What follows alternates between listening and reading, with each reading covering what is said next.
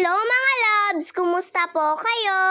Kaninang umaga po pala ay muntik na po kaming malit ni kuya sa school. Paano naman po kasi ay alas 6 na pong nagising si mama. Hindi daw po kasi niya narinig yung alarm ng cellphone niya. At saka pa sa sobrang pagod na rin po siguro ito ni mama kagabi. Nag-igib po kasi sila ni mama at papa ng madami kagabi para po sa nilalabhan ni mama. At halos madaling araw na nga daw pong natulog si mama at papa. Kaya ito nga po mga loves ay kumakain na po ako na nakabihis na. Pagagising ko po kasi kaninang umaga ay naligo na lang po muna ako kaagad.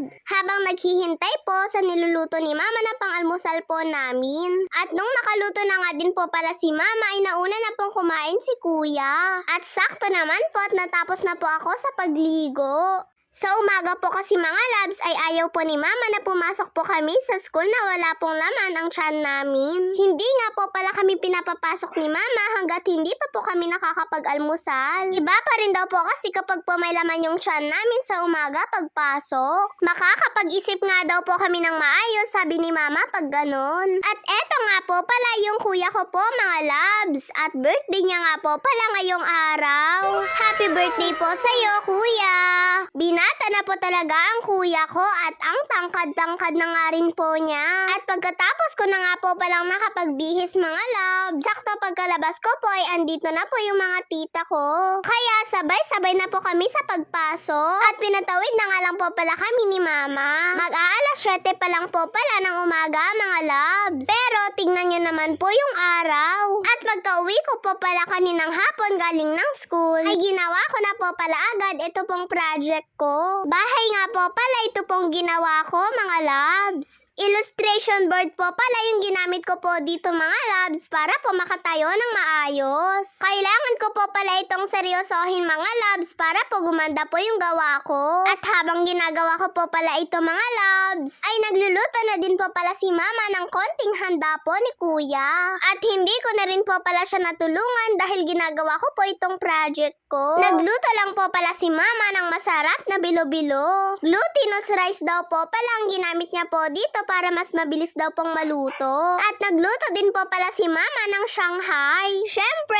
hindi po pwedeng mawala ito kapag po may birthday sa amin. Paborito po kasi naming lahat itong Shanghai mga loves. Ang bango-bango nga po ng amoy nito habang piniprito ni mama. At pagkatapos po palang pinrito ni mama yung Shanghai, ay isinunod niya naman po pala ito pong fried chicken. Minarinate po pala ito ni mama kaninang tanghali. At syempre mga loves, hindi rin po pwedeng mawala ang espesyal na palabok ni mama. Request po kasi ito ni kuya mga loves. Ito na nga lang daw po palang lutuin ni mama kaysa po sa bihon. Namimiss na daw din po kasi niyang kumain ng palabok dahil matagal na rin daw po siyang hindi nakakakain nito. Kaya palabok po ang pinaluto niya kay mama. At pagkatapos na po palang lutuin lahat ni mama yung panghanda ni kuya, ay inihanda niya na rin po pala ito mga loves. Konti lang po pala ito pong handa ni kuya.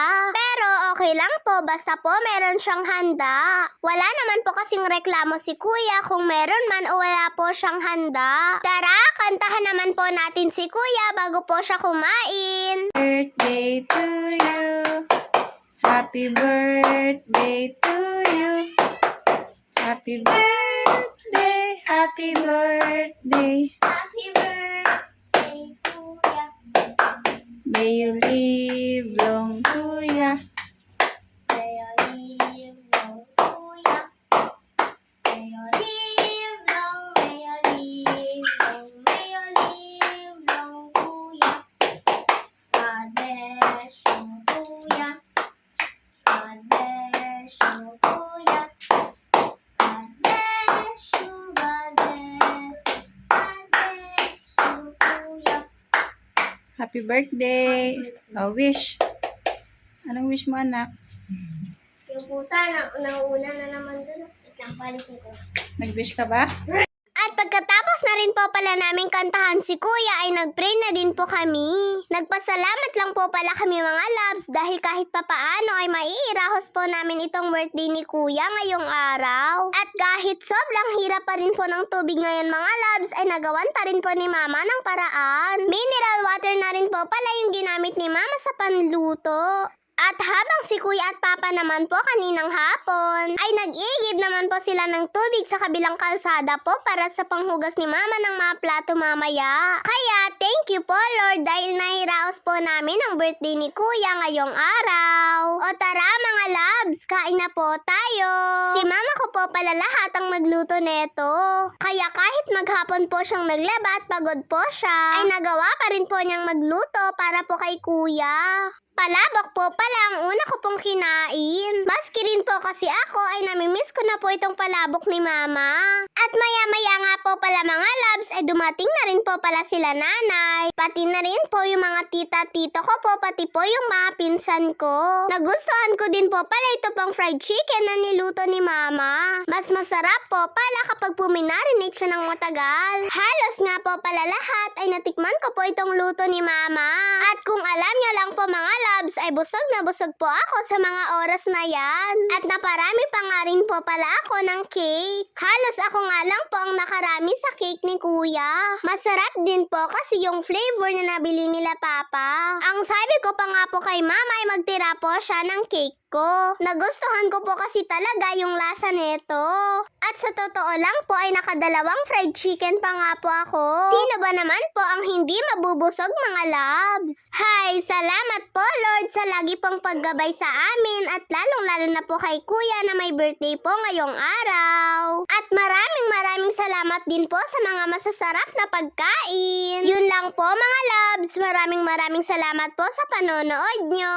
Mag-iingat po kayo palagi. God bless to all. Bye-bye po.